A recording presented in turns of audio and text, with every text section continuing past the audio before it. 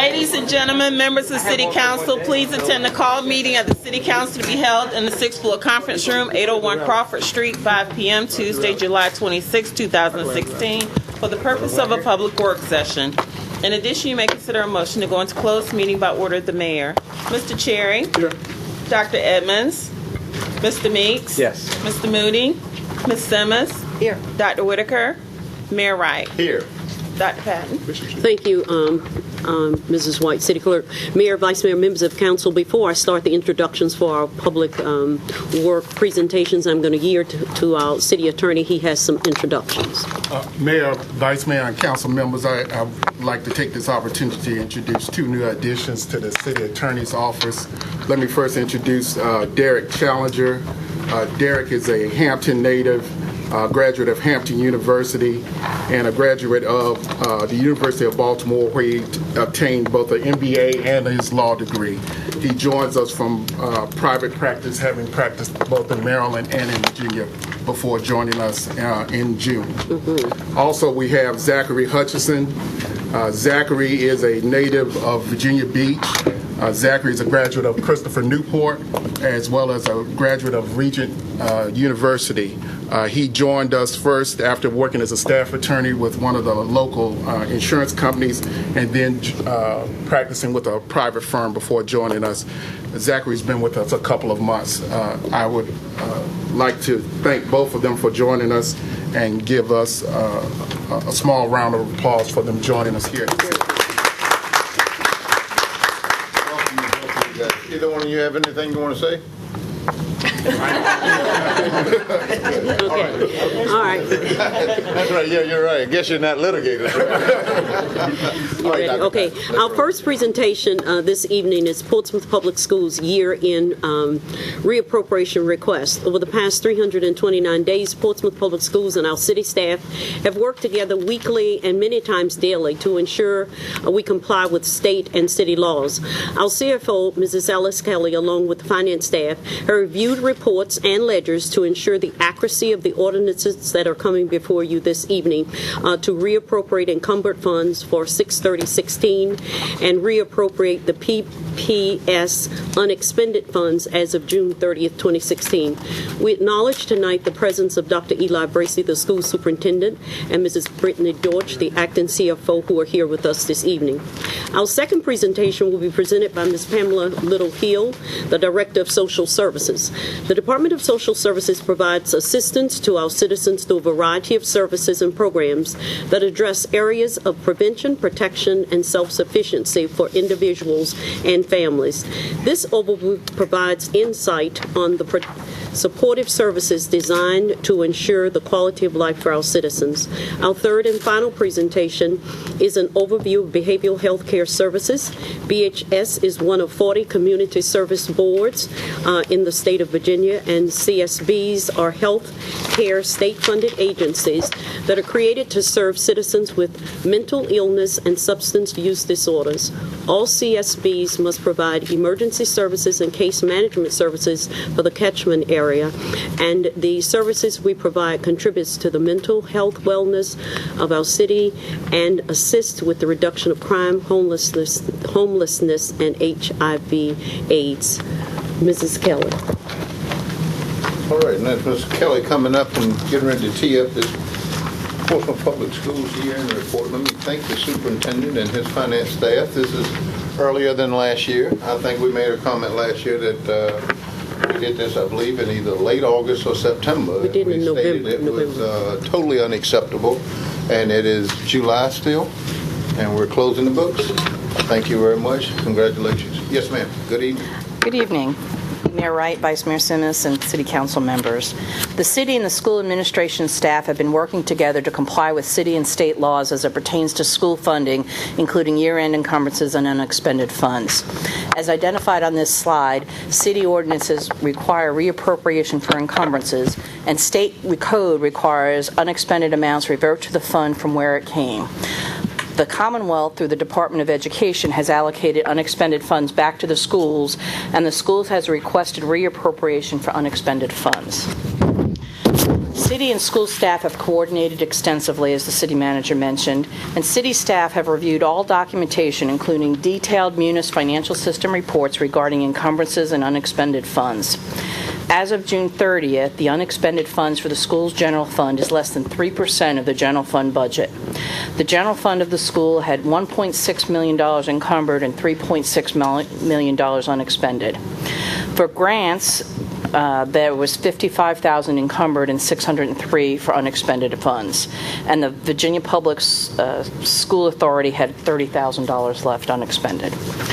I would like to point out, while the 630 has closed, these numbers will change as they don't take into consideration funds received after the fiscal year pertaining to FY16 or any invoices that may be received that are related to FY16.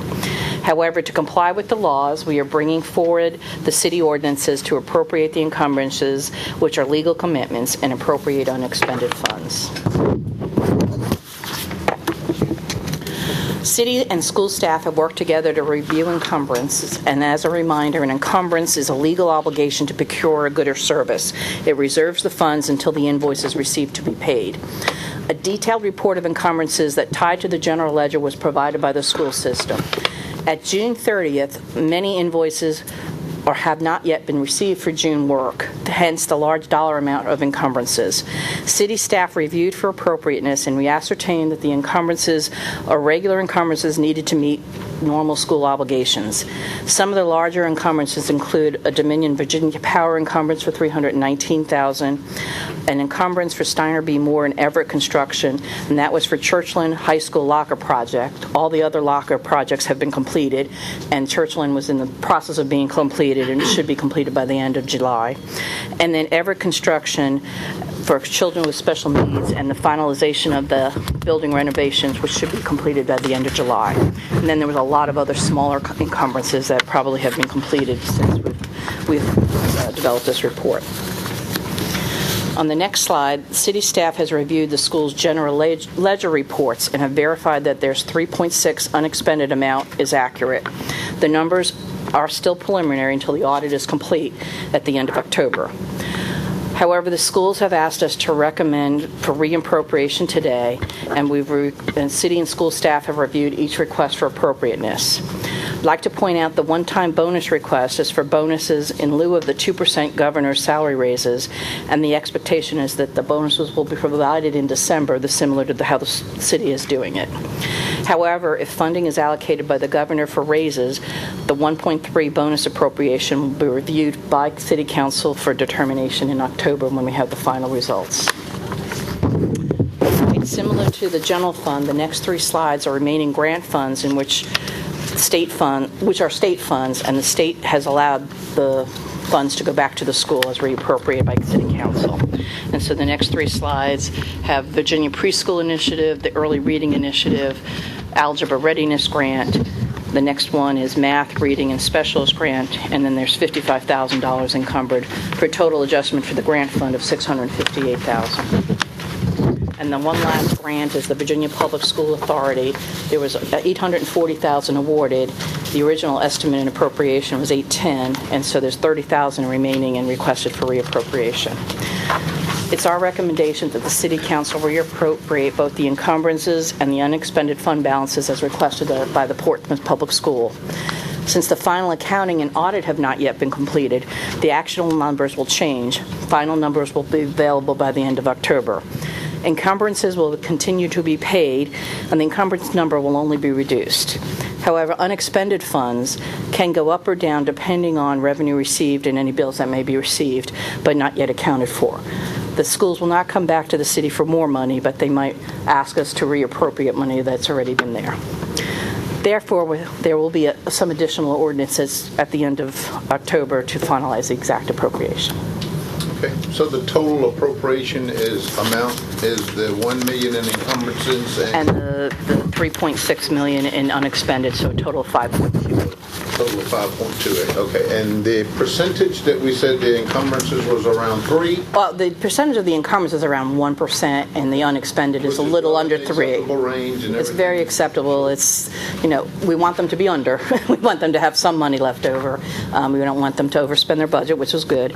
And encumbered, the 1.6 encumbered at the end of June is very typical because you don't typically get your June bills until July, so that makes sense. Gotcha. Now, this is probably for the superintendent, but I noticed the items that you're requesting reappropriations for, and none of that talks to our teachers' aides or paraprofessionals, or what do we call them? What do we got to do to get those people in the classroom? What do we need to do to hire those folks? Because, I'm going to support doing this, but I also want to know what is our plan to get these teachers in elementary schools some help. And this would have been a good start. It's $3.6 million here. Don't know what the price tag is. I think we talked about it in our joint meeting, but that would be nice. Are you prepared to speak tonight on it? The numbers that we discussed at the joint meeting was around $600,000 to get a paraprofessional in each kindergarten classroom. That's what we discussed. What we were looking at here is to provide bonus in lieu of the 2% raise, because what that would do, that was only focused on the certified personnel, but we wanted to give everybody something, so that's why we went with the bonus phase.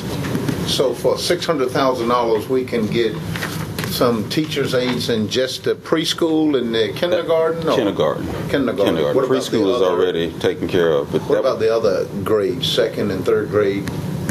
Well, no, it would. We don't have that won't cover that. We need to put a plan together to get that. Yeah. Thank you, sir. Vice Mayor. Two questions. Some of those grants that you had on the slide just before the end, does that mean that, because support this, I just want to understand, if there's $20,000 go unexpended in the grant, is because you haven't finished doing what the grant was for, or because you just spent less to do the project? We didn't complete it all in the fiscal year. So you need that money to Right. continue finishing what you asked for Yes. to do. Okay, thank you. And the number two would be, following along on what you just said, if you get the money from the state and that 1.3 becomes available, take 600 out of that and put it into those, or it would fund 2 years worth of those paraprofessionals. Just remember, you need continuous. Ongoing. Yeah, These are one time. You got to do it. Revenue. Yeah. So if you use that 1.3, But you got you can reappropriate half of it for the next year, but then No. you got to find 600,000 for the I know, third. that's why I didn't vote for the 6.8 the first time. Mr. Moody. A couple of things. We've been down the funding of the paraprofessionals before, and it didn't happen. The money was used for something else. I'm all for that. That wasn't his watch. But- that wasn't on this Well, not superintendent's talking watch. about anybody's watch. I'm just talking about it was money, and we had the understanding that it was going to be spent to fund paraprofessionals, just to give you some history, and it wasn't done. So I would like to see something other than a head nod. I'd like to see something in writing that it would be used for that purpose. The other thing, on the $1.3 million one-time bonus, what employees are included in that? All of them. Including administrators and department heads? Yes.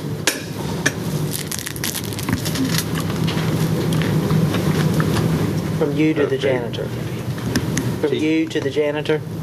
Yeah, I don't know. Am I included, Brittany? Yeah, I don't think I'm included in that. No. I'd like to see who's included. Bus drivers included? Yes. Teachers included? Yes, sir. Okay. I would like to see. So it might be everyone except for me. 2% for a $30,000 employee is one thing, but for a $200,000 employee, that's a lot of money. I've always been an advocate of allocating it according to your salary position. And maybe I'm speaking in turn, but a bonus usually is a flat dollar amount. Yes. And so bonus is usually a flat dollar amount. So you're not talking about a percentage? No. No, not for this. I was saying that about percentage.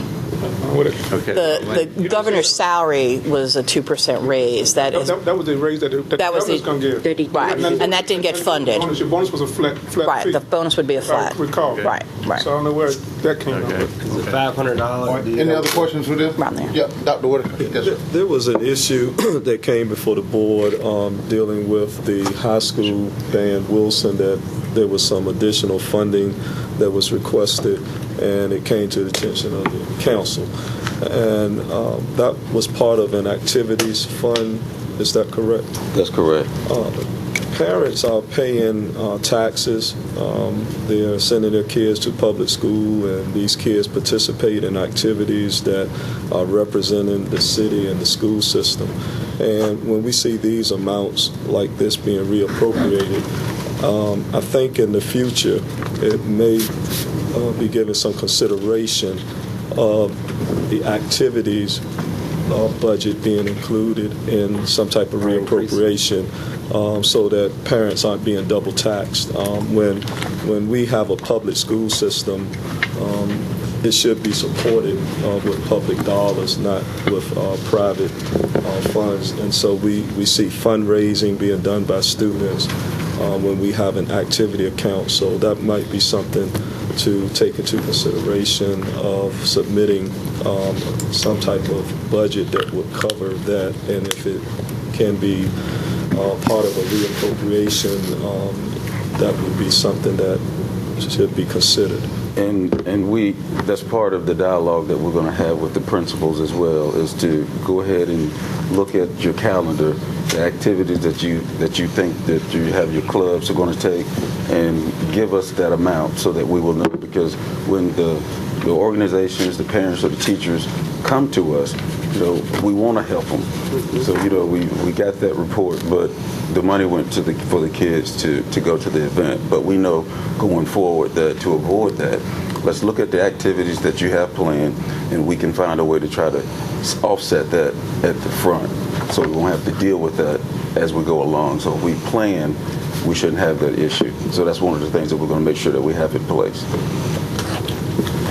Before you take your seat, one of the other issues that's been bothering me all year is Port Town Magic.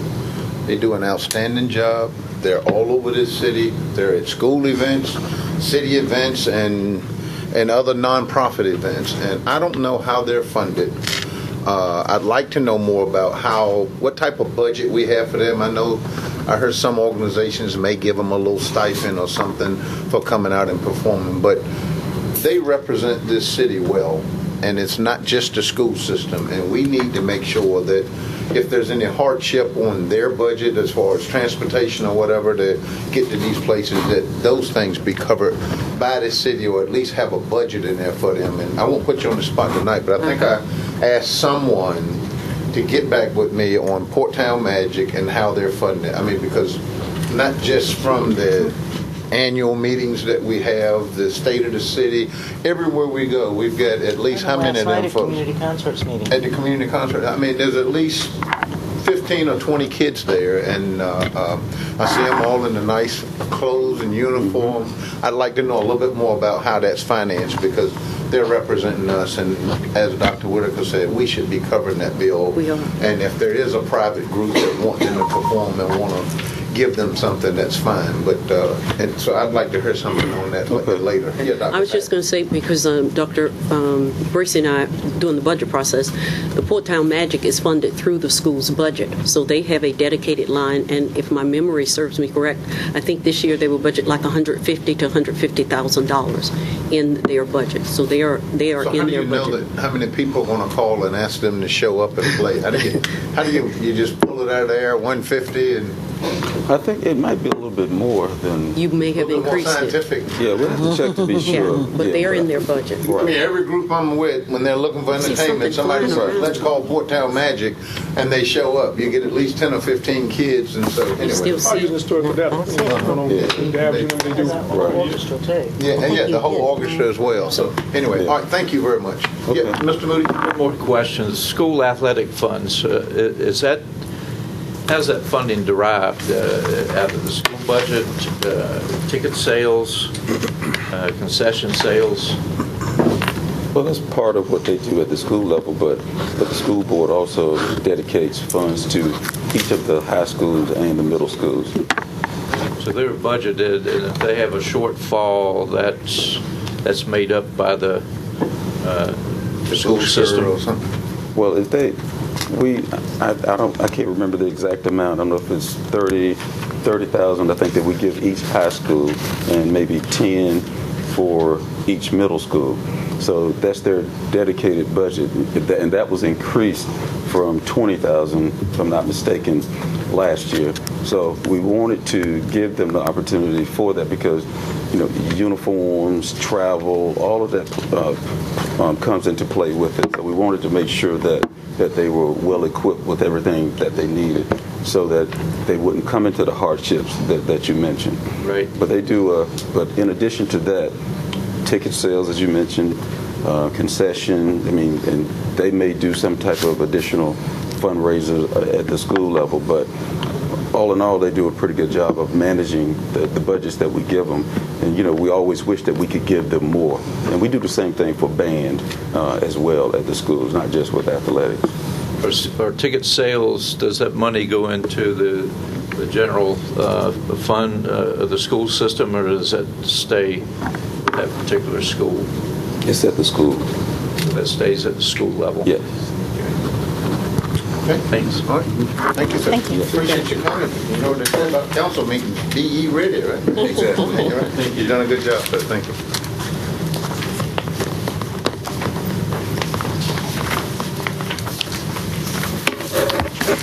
Good evening, Mayor, Vice Mayor, members of City Council. I'll be reviewing with you tonight the services provided by the Department of Social Services. Our services are designed to address the health, safety, and well-being of the community while promoting independence and self-sufficiency. She should get it. Hold on. There. Thank you. Okay. Okay. And you can go on to the next slide. Okay. Our adult service programs provided by DSS cater to the needs of the individual. Our support services offer adults the opportunity for stability and companionship. At DSS, we also seek to provide protection to the most vulnerable population from those who would seek to take advantage of their special needs or situations. And providing all services, we are mindful to treat all persons with dignity and respect and encourage them to be the best they can be. And our adult services include the following: adult foster care and guardianship, protective services, community-based care, nursing homes, and companionship services. One of our most precious and most vulnerable populations is our children. DSS is committed to ensuring the health, safety, and well-being of our children. We understand that the child's environment plays a major role in their ongoing development. DSS promotes safe and stable families through our assessments, intervention strategies, education, and various other programs of support. The programs and services provided for our children and families affords them the opportunity to strengthen the family unit, promote permanency, but most importantly, aiding the efforts of saving the lives of our children. The Children's Services Act provides intensive community-based services with wraparound supports for our troubled and at-risk youth and families. All services are community-based and family-focused. Services provided are in the least restrictive setting while protecting the welfare of the child and the public. These services include, but are not limited to, clinical assessments, individual and family therapy, behavior modification plans, and socialization programs, to name a few. DSS is also a strong supporter of independence and self-sufficiency. Citizens receiving TANF, which is Temporary Assistance to Needy Families, VIEW, Virginia Initiative for Employment, Not Welfare, and SNAP, Supplemental Nutrition Assistance Program, otherwise known as food stamps, are encouraged to participate in our work initiative programs. These programs provide adults with assistance through education, job training, and supportive services. Some of these supportive services include rental payments, utility payments, the purchasing of uniforms for work, car repairs, and other identified supports in order to remove barriers from gaining employment. DSS also provides financial assistance to those in need through a variety of benefit programs. These programs provide vital assistance in helping adults maintain themselves and their families. Each program is unique in its eligibility requirements, and staff provides support to determine in the determination process. What I wanted to do with this slide is to give you an idea of how many people we are currently serving. It shows you from fiscal year 2016 in terms of support services, in terms of aid that we see, financial support. It was over $24 million, and for this year we are estimating around a little over $26 million in federal support, state support, and local funds combined. For TANF recipients, as you see, we're servicing right now about 3,000 people. Medicaid recipients, 24. SNAP, almost 20,000. CSA funds are for children, and we are 270 people are receiving auxiliary grants and 87 for adults. And for general funds, we have children, 38 children. Is there some formula in that, or the state and federal government just give you, I mean, can you figure out? A lot of our funds are considered on how much is reimbursement. So depending on how much we need, and they've seen us utilize the previous year, it will determine what the federal government and state government will offer us in support. So that's why you may see a difference between what we had one year from the next. It goes from reimbursement. So whatever we spend, they're going to look at that and calculate how much they're going to give us back for the following year.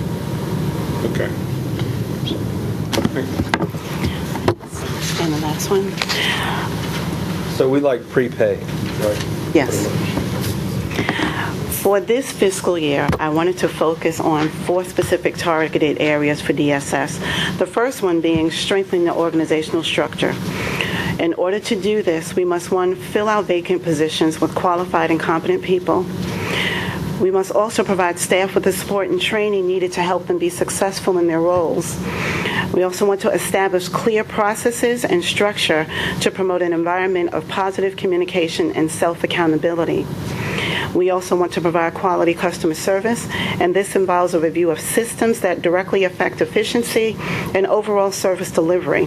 It further involves coming to work with a mindset that what we do is important and affects the lives of other people. It involves always treating others with the dignity and respect they deserve. Then we're also looking we want to meet state regulatory compliance and performance measures. DSS will be developing an internal audit system to review programs and cases quarterly to ensure compliance. We want to have increased community partnerships and service collaboration. And we understand that we can accomplish more together than separately. DSS is currently increasing community partnerships to address identified service gaps. And lastly, we want to ensure fiscal accountability. We are good stewards of all funds utilized to support financial acuity to the individuals and families we serve. We are reviewing budgets twice a month. We are conservative in our spending, and we seek to increase our financial resources by taking advantage of grant opportunities as they present themselves.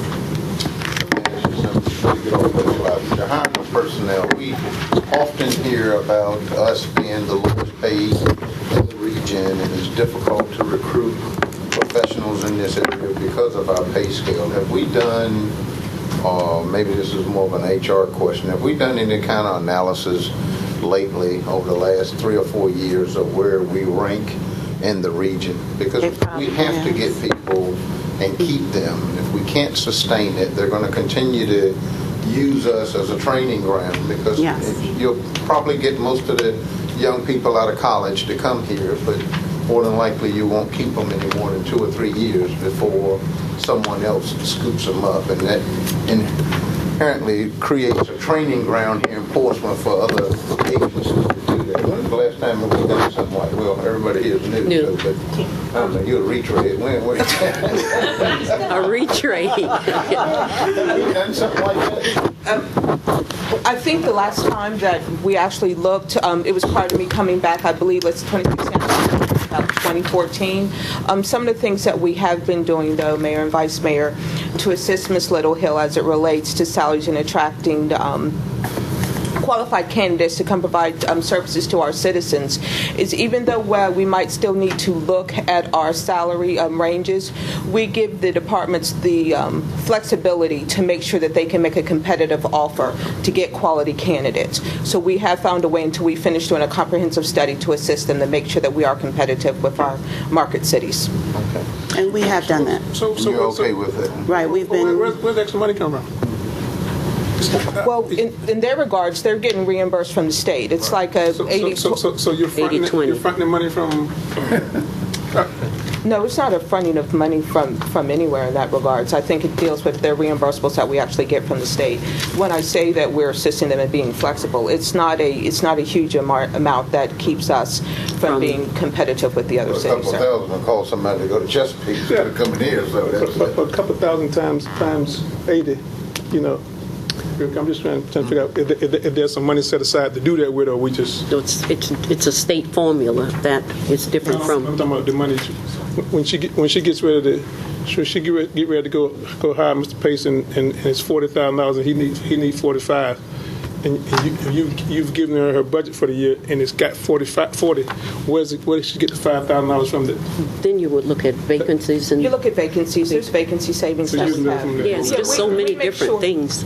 Yeah, we make sure that we're not overspending the money in that regards. But when I say we're making a competitive offer, we're going to do that based upon the skill set the person brings. Right. Of course, if it's someone out of high school and they're just ready to be an eligibility worker, they may not go, they're not going to garner the same salary as maybe someone who's been in the social services field, has been an eligibility worker for 78 years. Yeah, that's why I say we're being flexible. That was his point.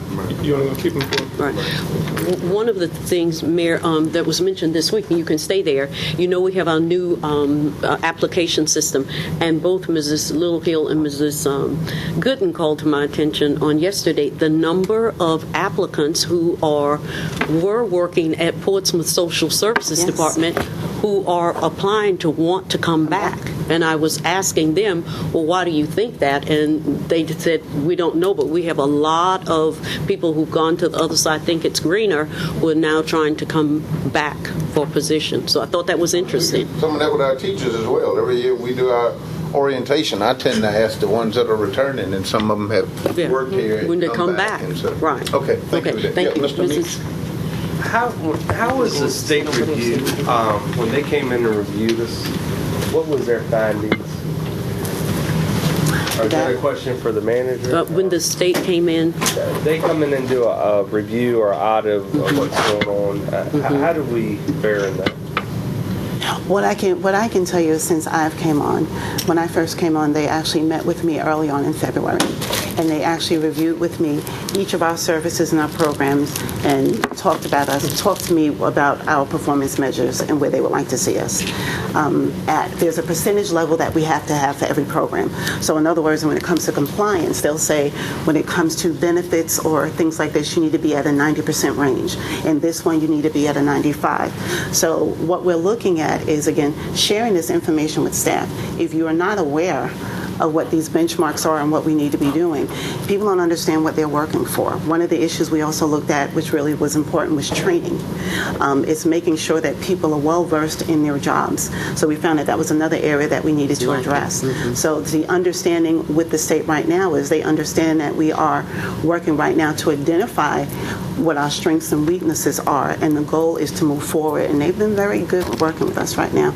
And we've even gotten some compliments on numbers that we've come up in our status. Vice Mayor. Did we fix the problem we had before you got here on not billing? We missed like a year's worth of billing that we weren't reimbursed for? Yes. Fiscal accountability meeting? We're trying to get Park to pay for it all. Yeah, that's a whole other question. No, don't go there, please. No, we're going to talk about that here, so you must get prepared. I know, I'm ready. What we've done is we've really gotten a lot of support from our financial department. They've actually loaned us a person for about 3 months to actually help us work diligently in going through books and records and looking at back things. They've pretty much caught us up to date to a point where the finance manager now can take over. And it was a lot of work, but we got it done. So what we try to do now is I meet with my team of managers twice a month. And in every meeting that we have, there is a budget review. This wasn't done previously, so a lot of times when you're have people that are not looking at numbers, you're really not aware of what you're spending and how you're doing it. So it's involving me training our managers, working with them on budgets, and talking to them about transparency and what we need and what we need to get done. And that's been working so far. So we wanted to start it immediately when I came, because I'm coming right into a new fiscal year. So it is a regular practice. Every 2 weeks we are looking at budgets. We're looking at what we need to be doing. We are constantly looking at performance measures. And the state actually comes almost monthly or every month to actually come into DSS and do a walkthrough just to see how we're doing, but that's common practice for them. It's not new. Yeah, but Ms. Hill, my issue is, or concern, is that you would have someone with the reimbursement piece being so crucial to our budget. There should be someone dedicated to that across all of the managers. You shouldn't have each manager doing something like that. I would think there's a reimbursement guru that goes and gets with each one of those managers and makes sure that thing is done periodically. For us to have allowed that to go over a year, yes, and no one did that, I mean, that's a complete failure in the whole structure. I mean, from the director all the way down. And if that is just one person and not one person who's engaging all the different departments, then that's a design failure, because you're allowing something to occur in a tripwire to not catch something that goes on a whole year, and then we get a black eye. What is $1 million? One of the things that we focus. We didn't do. So why isn't there a reimbursement person that's dedicated just to that? Almost like a business office. Now, you, in your department, you need a business manager. Not pointing over there. You need a business manager to do that, and the feedback to you, not anybody over there. Well, what we've done, now? Yes, it does. What we do is we do have a finance manager, Rosa Parks, and what we've done is we've had a lot of vacancies in the finance department as well that we've been filling. And I was working to make sure that she has enough staff and everybody has specific functions. The reason why in our management team is that we go over budgets, not that they're necessarily doing it. So they need to be in that loop. They need to understand what they're doing, because they are also managing this with their staff. So we actually are looking very good right now in terms of the finance with the people that we have, and we even utilize our interns right now to help with a lot of things. But but a business office within your department, I think, is vital. I think most people have a admin/business person that does that for you, and then does your interfacing with finance and everybody else. But you have an internal. We have a whole team of people in the office. Yes, they're in there with me. I was going to ask about the Portsmouth Area Resource Coalition Park. Along with everybody else, read about they're going to have to begin paying rent. Are we working with that organization? Yes, we are. I mean, is this going to be an abrupt change, or? It's not going to be an abrupt change. So, as with a lot of things are reported, but it's not the full story. I actually even met with Park. They did that to you too? But it's okay. It's well, okay. I think people knowing the problem with homelessness, knowing that this organization helps provide services, much needed services to them, is this going to put them in a disadvantage and hamper their efforts in helping the homeless situation? Well, DSS, to clarify one thing, we have not given them a 30-day eviction notice. That is not true. We actually worked with them. We understand that they need to relocate and find a place.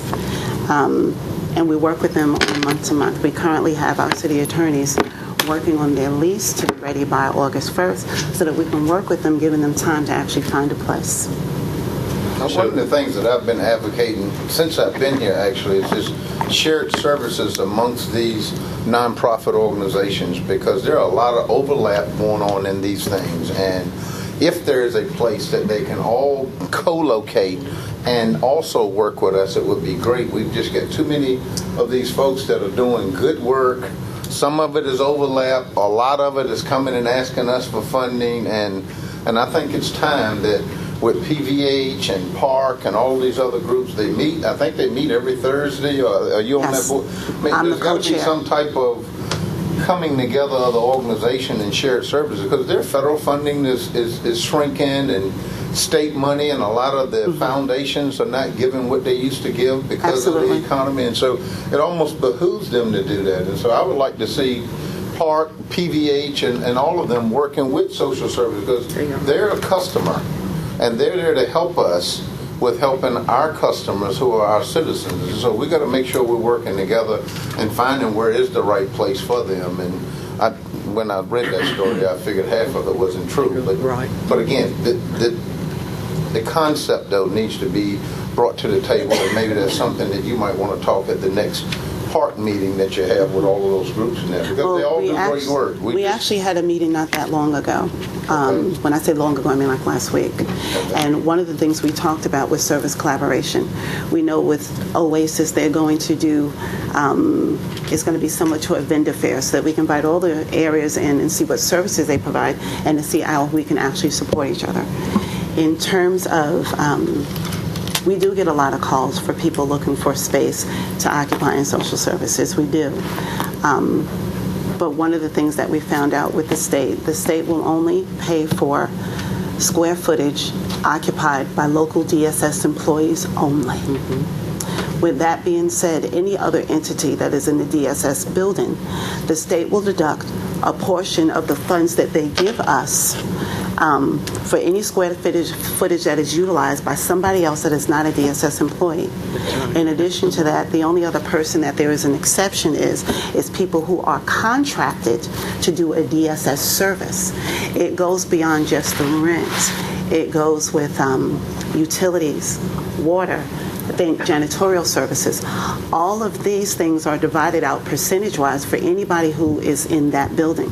So if you look at it right now, we occupy the building right now with the Department of Health. So we have 75% of the building, the Department of Health. We rent out 25%. So they pay 25% of the square footage for space, utilities, and so forth.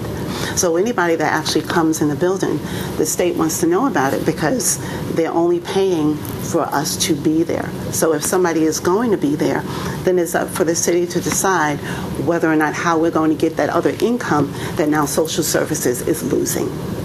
But what would Park's contribution, if they were billed for that, what would that amount to? $962 a month. Less than 1,000, that's what you said? Yes, sir. Right. For those two employees? Okay. They currently have 3 cubicles that are there in the building. They have 2 to 4 staff that come in and out. So we actually looked at the square footage with the state. We calculated what our utility expenses were, and we came up with, there's a standard figure formula, and it is $962. Okay. Mr. Chair?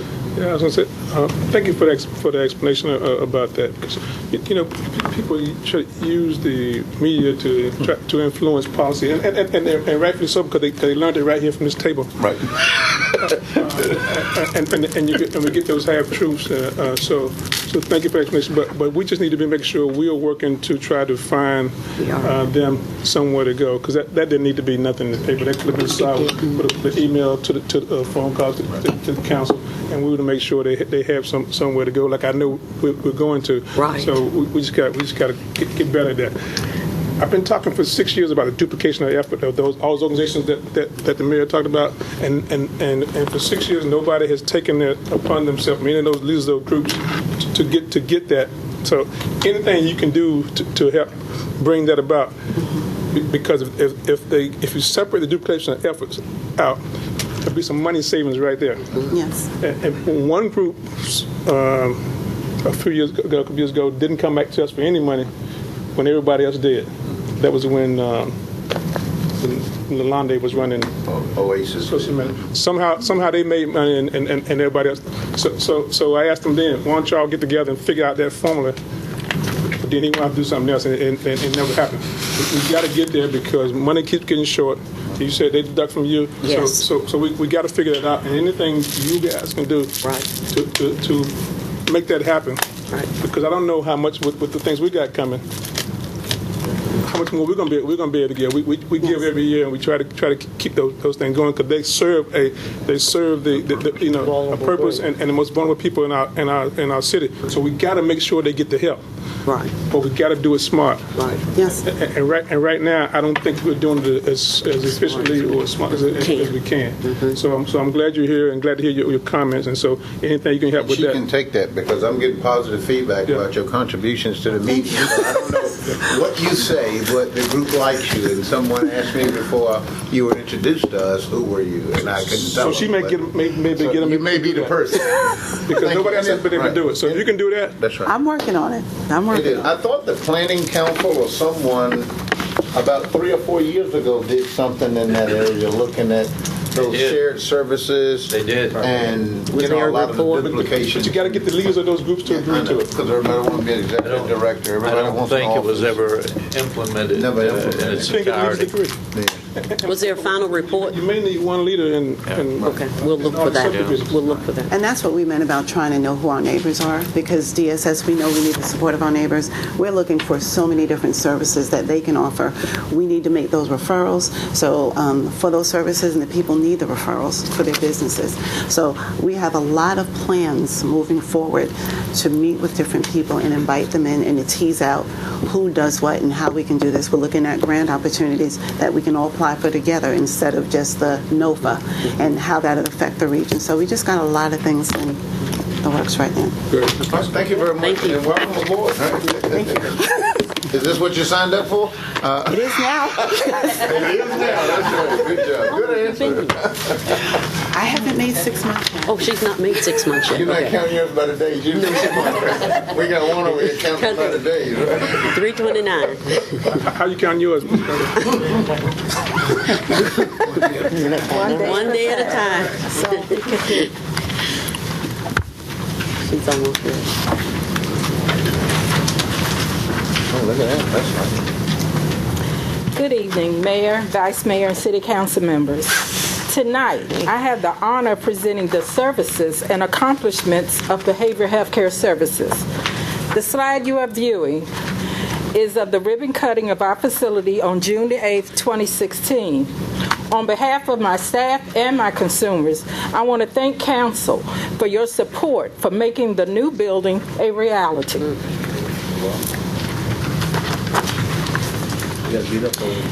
BHS is compiled and comprised of a dedicated staff committed to improve the quality of life for the Portsmouth family. Our mission speaks to our goal to ensure and empower our clients to prepare for independent living, recovery, and achieve positive outcomes for the participants in our integrated services offered in mental health, substance use disorders, and intellectual disability services. To support our commitment to excellence, our methadone program was surveyed by CARF. CARF is an international accreditation agency that reviewed over 1,200 standards regarding the leadership and our agency and the methadone program. When the surveyors left, they said we were one, if not the best methadone program they had surveyed. We received the highest level of accreditation, which is 3 years. Meaning they won't come back for another 3 years to do their reassessment. Okay. Right. The population we serve.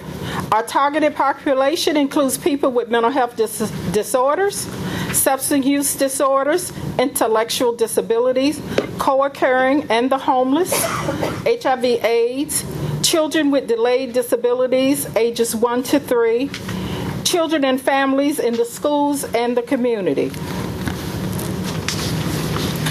Our services are primarily divided into 3 categories: mental health, substance use disorders, and intellectual disabilities.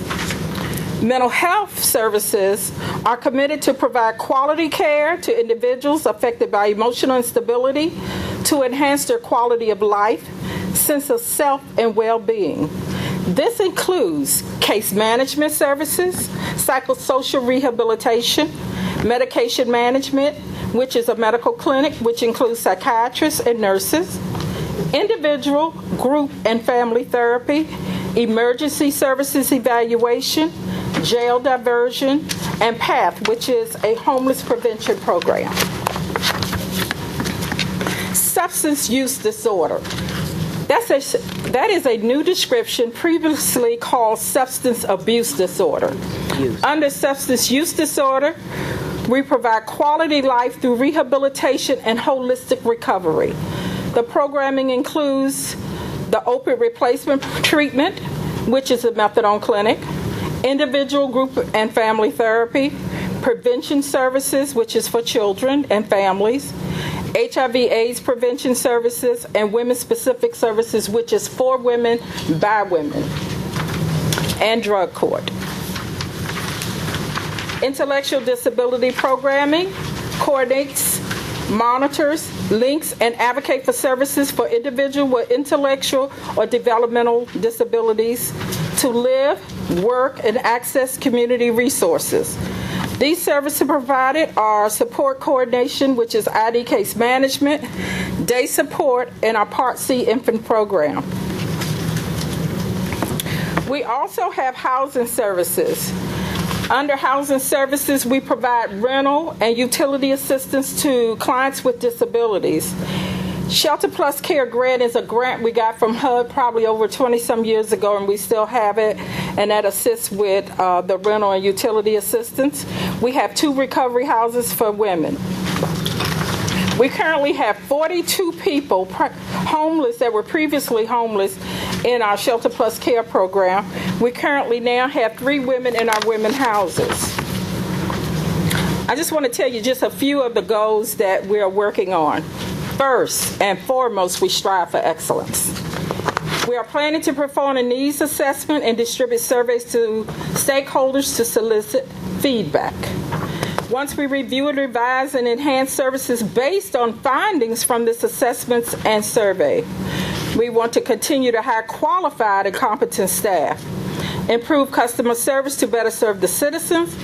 We want to continue training our staff to build our clinical skills and to implement best practices. We are committed to provide culturally competent programs. Our services are provided by behavioral health care services to empower and heal individuals and families to improve their quality of life in order to successfully integrate the clients back into our community. Dr. Patton just gave me this, and I just end with this special note. In July the 26th, today, in 1990, President George Bush signed the American with Disabilities Act, and I can't tell you how much this act has affected our clients and people all over the world, and so that was really a stellar program, that act that he put in place. Thank you so much. Thank you.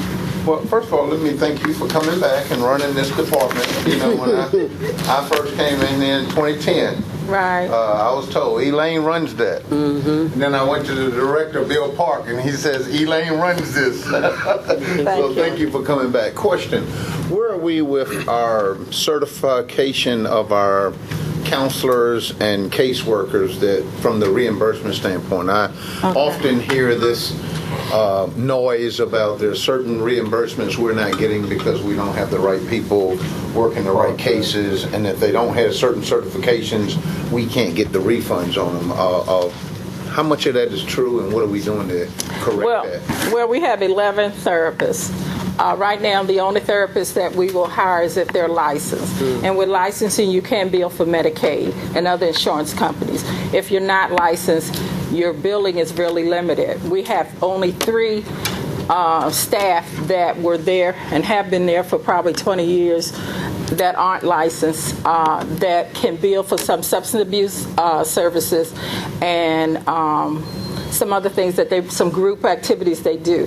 So they're not billing at the level of the licensed staff. But like I said, right now we will not hire anybody unless they're licensed as a therapist. For case management, all our case management managers are able to bill. So I know that's out there, but maybe they're not, but they can bill. So all of them are getting the billing that they're supposed to get. And as far as your workload, as far as versus the staff you have, you're okay? Well, when I got there, as you know, we had a lot of vacancies, and so we're in the process of hiring people. Thanks to the support, and I must say that was one of the things that when I met with Dr. Patton, she wanted me to jump right on it. Thanks to Ms. Gooden, who's been working with us, and Mr. Pace, they have been real integral parts in making sure that we have what we need, and we have been aggressively hiring people. Our caseloads were more than a lot of people in the state. We have gotten them down, and so we are really proud of that. I just sent Dr. Patton, I think last week, something letting her know that our caseloads of some of our case managers down to a half because we have hired staff. So we're proud of the direction we're going. We're still hiring people, so the caseloads will become lower also. But also because of the support I've had to bring in some people part-time to assist them so that the case managers who had the larger caseload could work on their cases and the assistants could do like paperwork and that kind of thing, that make phone calls and file. So that really helped them also. So we've been getting all the support we can because we knew that was an issue when I got there, and like I said, we have been aggressively pursuing that. Okay. And before I yield the floor to Mr. Moody, talk to me real quick about our finances. I know about a year or so ago we had some issues with some dollars that had been staying on the books or hadn't been reconciled. Where are we at with that? We're doing well. I have a good team. We have a fiscal manager, we have a reimbursement manager, and we have an IT person that works with us regarding that, and we have a billing person. So anything that we can bill for, we are billing for it. We're aggressively pursuing that. We've been working hard to get everything in order. Our fiscal person's been with the city for over 20 years, so she knows the budget. She knows what we need to do. We've been working with the state.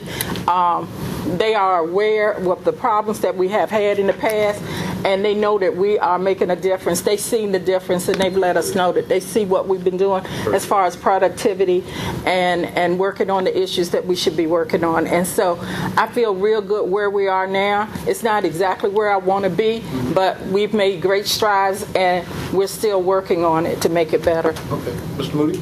Is there a plan to get the existing employees who aren't certified up to speed, get certification so we can take advantage of the billings? They actually they have all of, and I'm glad you brought that up. All of them have become certified. We told them 2 years ago they had to become certified substance abuse counselors. So with that, they can do some billing.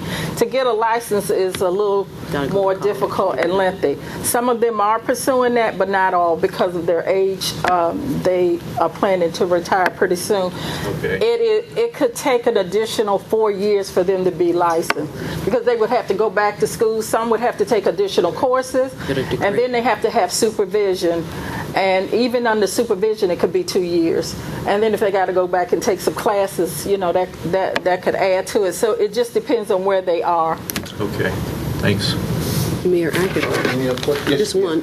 I also, and I want council to know that of all the services that behavioral health care has, one where we have not been successful, and we weren't successful in the last time frame of spending the money, is finding individuals who are willing to go into substance use centers and deal with whatever their issues are. So this past time frame, we worked with some ministers. She worked with her clients to try to get somebody to go in, and they can go into a treatment center for up to 2 months, all expenses paid, to be treated and cleaned up. But we haven't not been successful in Portsmouth. So that money has to go back to the state when it's not used. And it hasn't been used for some time. But the key here, as Mrs. Braithwaite says to me, Dr. Patton, it's not that a minister or a family find the person has to want and commit to going into treatment. And that's where we have been failing. Okay. And personnel-wise, everybody now is under the new roof. I know we have a few people still over in the old building. None? Everything? Well, our psychosocial program, which is ID services, is at what used to be called Port Center, but it's at the court area. That's still there because the building, when we built it, we didn't have enough money for 3 floors. And so when we first had said we wanted them to come in the building, we needed 3 floors and we didn't have the money. So they're still where they are. Opportunity House is still where it is.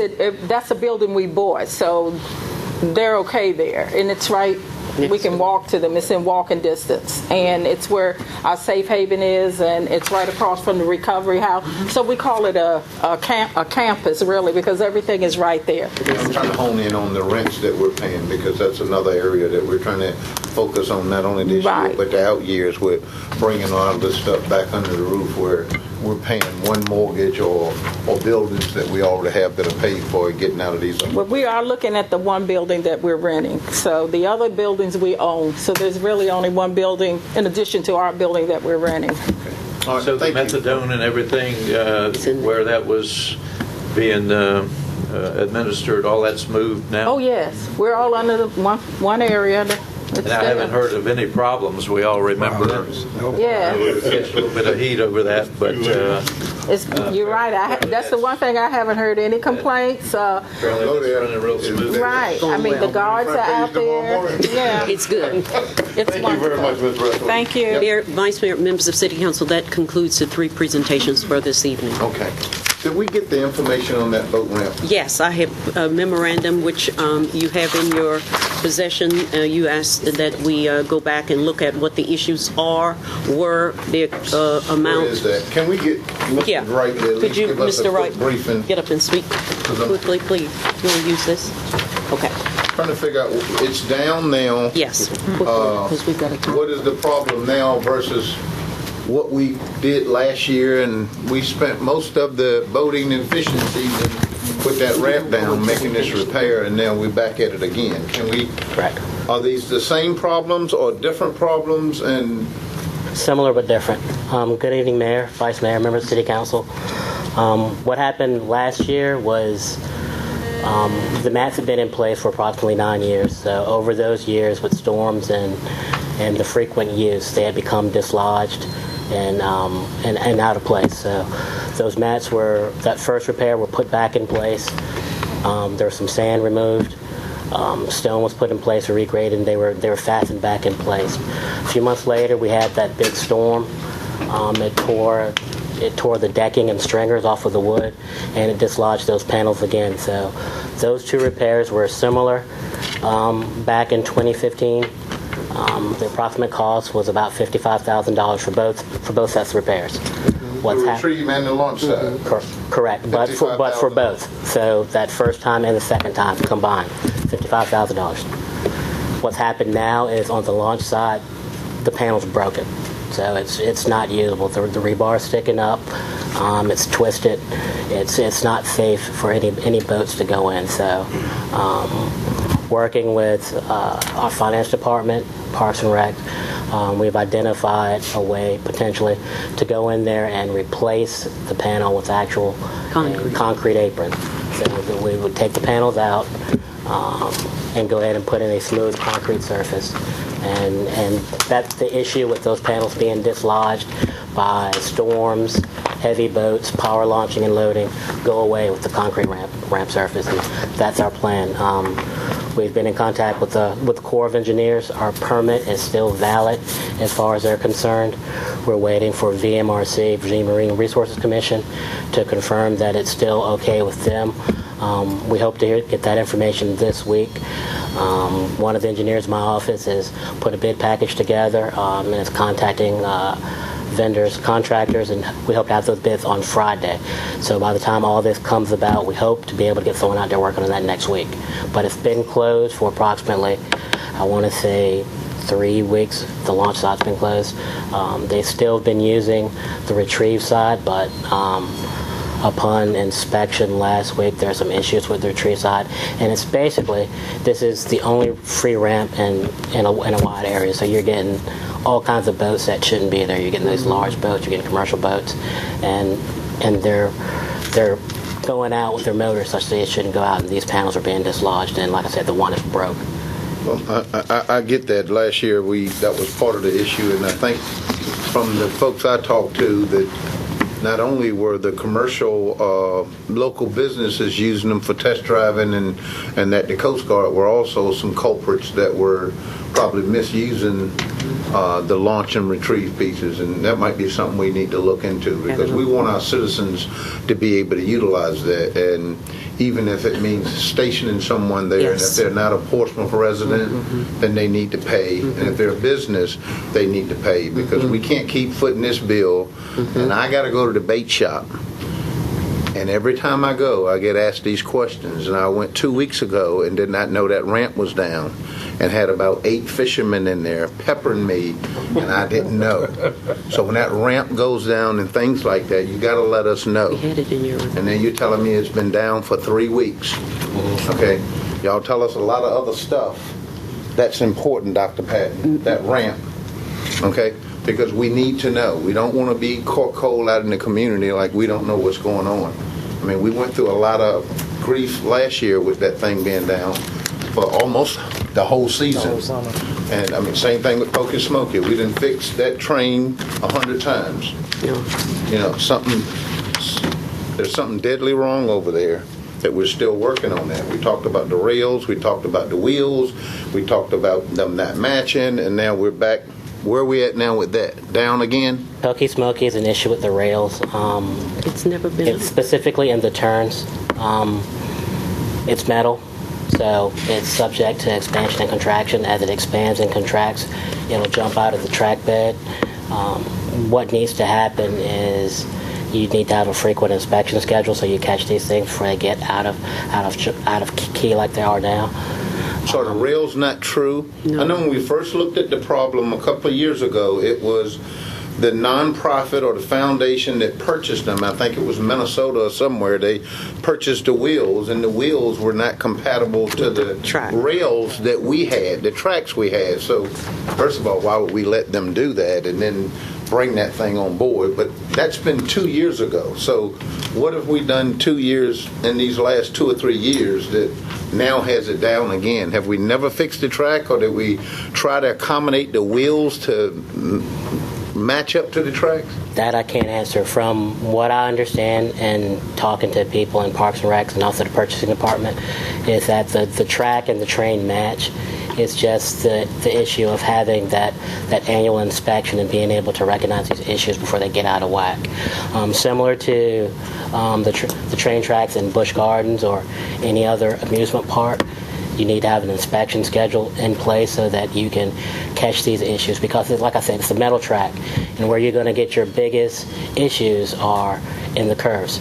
And that's where the expansion and contraction is likely to throw that track out of the rail bed. That's where you're going to see your biggest issues. So you're going to have an alignment issue. It's going to jump out of the track. The thing is, if your inspection is diligent, you can catch that. You can do that fix, a minor fix, without having the whole track go down for a period of time. To that point, the other one ran for 20, 30 years and didn't have that problem. But the mayor hears it from the bait shack. I hear it from the Anglers Club on the ramp. And I know initially they had actual photographs of industrial boats, heavy boats using that. And at that time, once it was fixed, I thought we were going to monitor that. Please. And the Anglers Club, according to them, it was a pad that was needed because these other interconnecting blocks tend to wash out when we have a nor'easter or some abnormal wave action there. So I hope this time it is done where it'll last a reasonable period of time. What is the timeline to get it back open? That's going to depend on what VMRC says. That answer this week. If they say that the permit's not valid, our permit's ready to go back into them. So the Army Corps has already given you okay? The Corps giving us the okay. We're waiting on. Correct. So we've got the permit ready to go. We're just waiting on them to give us an answer. We may want to look. They're talking to their superiors. We do. Because our citizens, again, we offer a lot of service. I think he gave a diligent speech in the budget cycle about the things that we offer that people take for granted. We want those citizens to use them, and we want it to be free. But we've got folks coming from other cities and the commercial side utilizing that, and it's not fair that our citizens can't use it. It's down, and more than likely they're the ones that's doing it. So don't know what it would cost to man it or have someone there, but we need to look into that. Right. One of the things, Mayor, is that when we received the money in the 80s to build and develop City Park and the boat ramps, because of the state monies that came in, we could not charge. That has passed. We've gotten past the 20 years, and that just passed like in 2015. So now we can charge launching at our boat ramps. We've got that documentation. We've got that clearance. And we did build a dock master house or something when the boat, when it was built. And then when we found out that the state said you can't charge, you can't, then that was put, but now we can put back together a program to look at that. There's a membership fee or something. Right. We can look at something. But we'll come back. The ordinary recreational boat is not the problem. The problem It's is the commercial boats. If we're going to charge anybody, it should be the commercial sector. Right. And maybe in the interim, some out of city signage Out of city. out of city. Right. Maybe We'll come some back to you signage with out there with weight restrictions or size restrictions until we get that person out there might help. Okay. We'll come back with you with a plan. Oh, I'm sorry. Okay. How are we doing with this sinkhole? Did we figure out the cause of it, or? Yeah. Thank you last week for having your vehicle block that, because that could have been a potentially hazardous situation. Was it last Wednesday? Yeah. Last Wednesday, Councilman Meeks called me. There was a sinkhole in the middle of the road, and so we had people block that road off. But it's a combination of sewer, storm drain, and Columbia Gas has some work they need to do in there. Columbia Gas is going to be on site this week to take care of what they need to take care of. Our contractor's going to be out there to follow that up Monday through next Wednesday. The road will be back open. Well, you got your washout going on underneath there? It's a 7-foot deep hole, about 6 foot wide at the moment. Well, we got to get some assistance from Columbia Gas. We'll be speaking with the representatives about that. Okay, Mr. Moody. Danny mentioned a sinkhole, reminded me of a flooding situation on Washington Street this past week. Is it anything in the world that we can do to alleviate that? I lost my SUV. A lot of straws. We need a lot of straws. My SUV got demolished from floodwaters, and I wasn't the only one. I understand there was 17. That's what we heard. They got some sort of damage over that thunderstorm.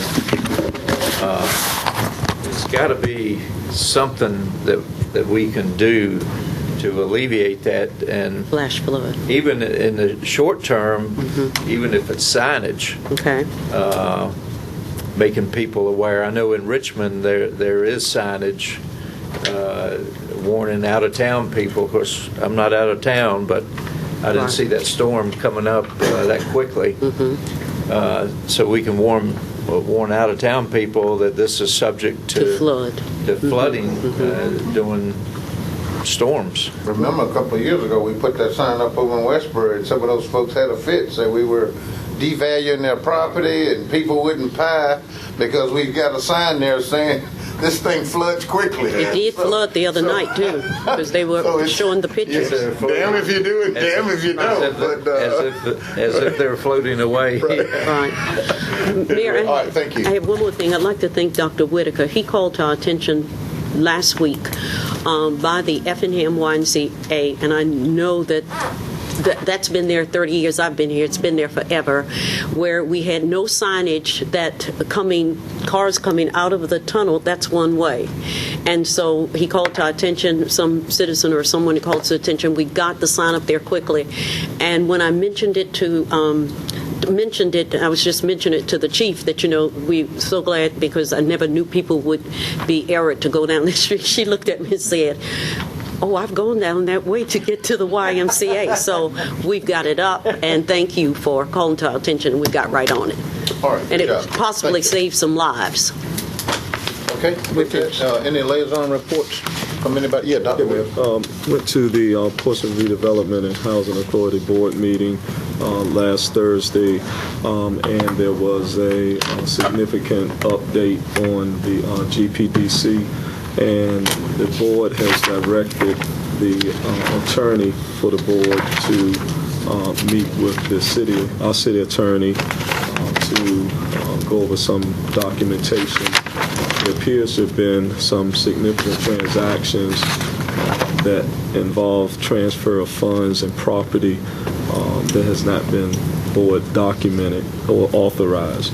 And so I know on our side there's some information that we're supposed to be getting from the city attorney. So where are we with that, Mr. Attorney? Last meeting we asked you to come back with backup data supporting whatever transactions. Mayor, we have communicated with the PRHA's attorney. We have gathered some documentation.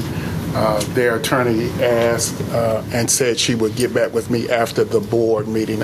She communicated to me before then, but I haven't heard back with her since. But we have gathered some pieces, and we're still trying to put other pieces together.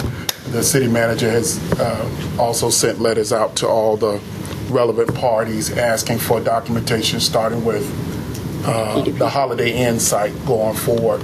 Any documentation that addresses money spent.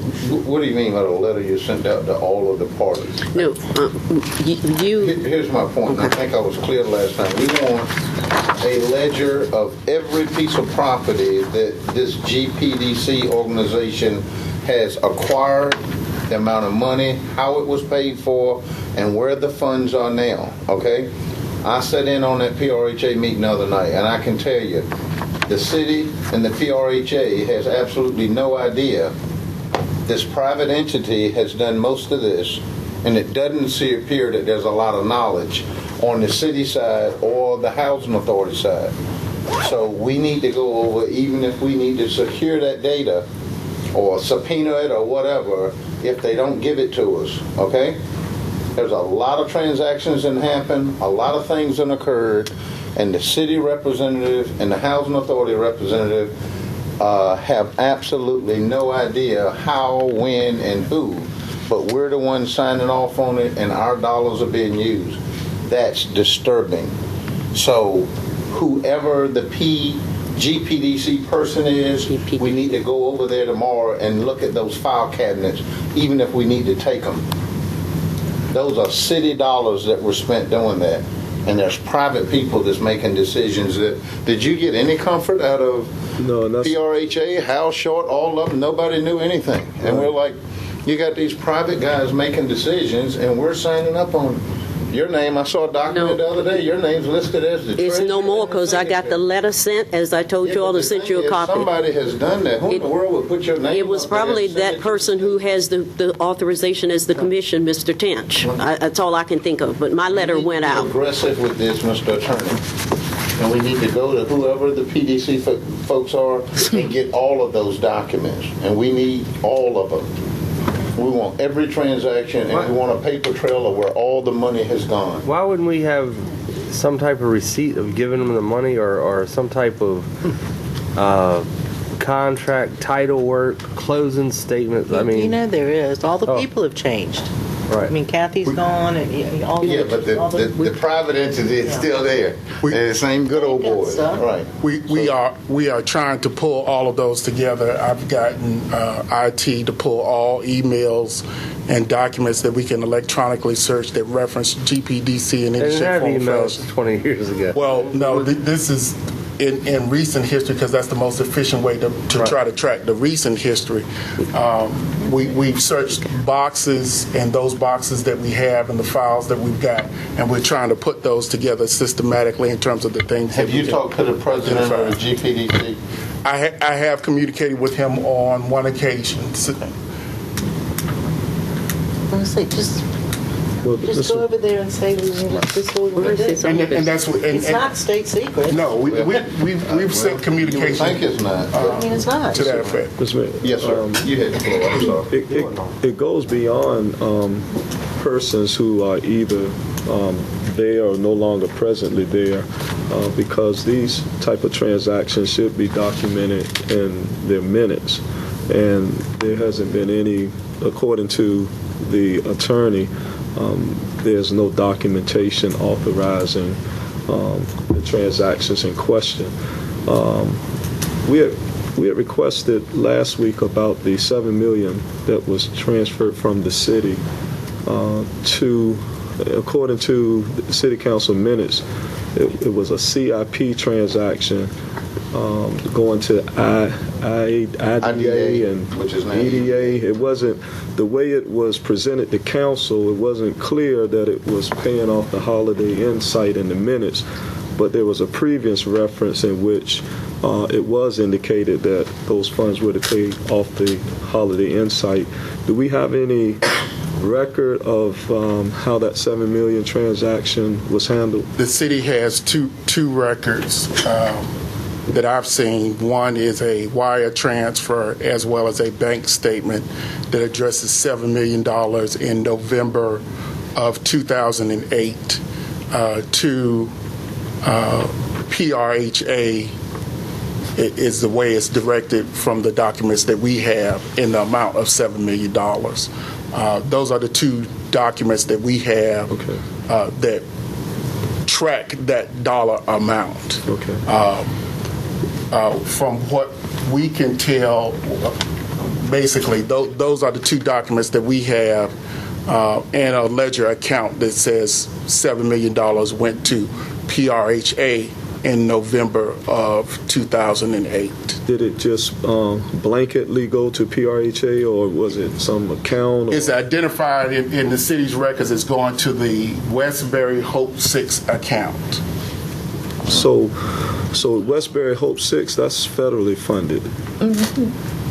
That's my understanding. I'm asking, is it not a federal? That's my understanding. So why were city funds going into a federal? We can't answer that. Dr. Whitaker, I can't answer that. The Westbury's Hope 6 account initially was $20 million from the federal government. Right. Have you been in touch with Tim Oaksman? No, I have not. Tim might be able to shed some light on some of that. I would suggest at least giving him a call and see if he can add to that. I think one of the concerns here is there's no documentation or it's not readily available. And when you get into these public-private partnerships, if the private entity is driving the train and the public piece is nodding and granting and awarding funds and the private entity is doing what they want, you have what we have here now. You got PRHA and the city not aware of all of these transactions. I understand there's $3.5 million in their account now, and they've got some 6 or 7 properties that they still own. Correct. I reported last. GPDC has 6 properties. And somehow in all of the minutes, everything talks about either the city or the housing authority. And there's another group called the Portsmouth Partnership. And I can't find yet what skin they got in the game and how much they've contributed, but there's supposed to be 3 equal parts. What? I guess why you send $7 million to the Westbury Hope 6 if you were buying the Holiday Inn site? Because that's where they took the money from. That's I think that's what. That's the question. And particularly, it's a federally funded account. And you shouldn't be commingling federal funds. Oh no, that's illegal. Yeah, that's totally illegal. But again, we need to get that, and we need to have a ad hoc committee put together. That's your ledger question. Because we actually, the board directed their attorney to turn over those documents that they had to the city attorney, as well as their attorney work with you. And so we need a smaller group to sit down with whatever encompasses this GPDC and get to the bottom of this, then we certainly can appoint that. But we need to come in the next meeting, and if you're making headway, you need to call and let me know. Okay? I will reach out to council tomorrow. Was the loan satisfied?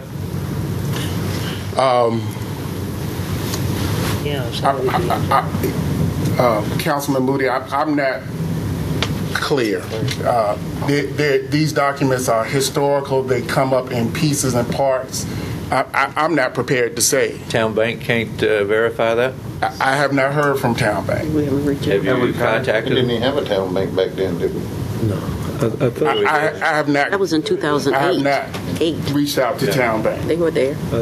Town Bank was in existence. I think what the board has suggested is that their attorney get with the city attorney, and as far as calling this person, calling that person, that shouldn't be something that's just off the cuff here, but that should be a discussion with them. Also, as I shared with the board, I'm an elected official, and the information that I heard as an elected official, I didn't come up here to get caught up in some type of cover-up.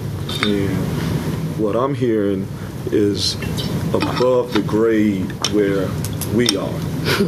It needs to be at federal, state, and local investigative levels. And so I'm putting that out here to the board because what we're discussing in the transaction of some public dollars by private entities and private persons profiting, that's beyond the scope of this council.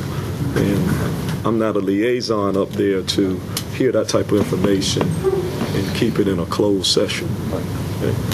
And so, and those financial documents, the records for GPDC should be available since they're two public entities with this private entity, and we should be able to see every bit of those as part of that ledger. Okay. Any other reports? All right, we got a motion to go into closed session. Move to go into closed meeting pursuant to Virginia Code Section 2.2-3711A1 for the purpose of interviewing candidates for the Portsmouth Port and Industrial Commission, and pursuant to Virginia Code Section 2.2-3711A6 and A29 for the purpose of discussing the award of a public contract involving the expenditure of public funds and the investment of public funds. The competition or bargaining is involved, where discussion in open session would adversely affect the bargaining position, negotiating strategy of the city, and the financial interest of the city, specifically regarding the existence of potential future contractual relationship with the Southeastern Public Service Authority for waste disposal services and construction of a transfer station. And pursuant to Virginia Code Section 2.2-3711A7 for the purpose of consultation with legal counsel pertaining to an actual or probable litigation where such consultation in open meeting would adversely affect the negotiating or litigating posture of the city, specifically regarding the City of Portsmouth versus South Norfolk Jordan Bridge, LLC, filed in Portsmouth Circuit Court as case number CO 15002064-00 and 01. That's second. Second. All right. Madam Clerk, call the roll. Mr. Cherry? Yes. Dr. Edmonds? Yes. Mr. Meeks? Yes. Mr. Moody? Yes. Ms. Summers? Yes. Dr. Whitaker? Yes. Mayor Wright? Yes. We are in close. Thank you.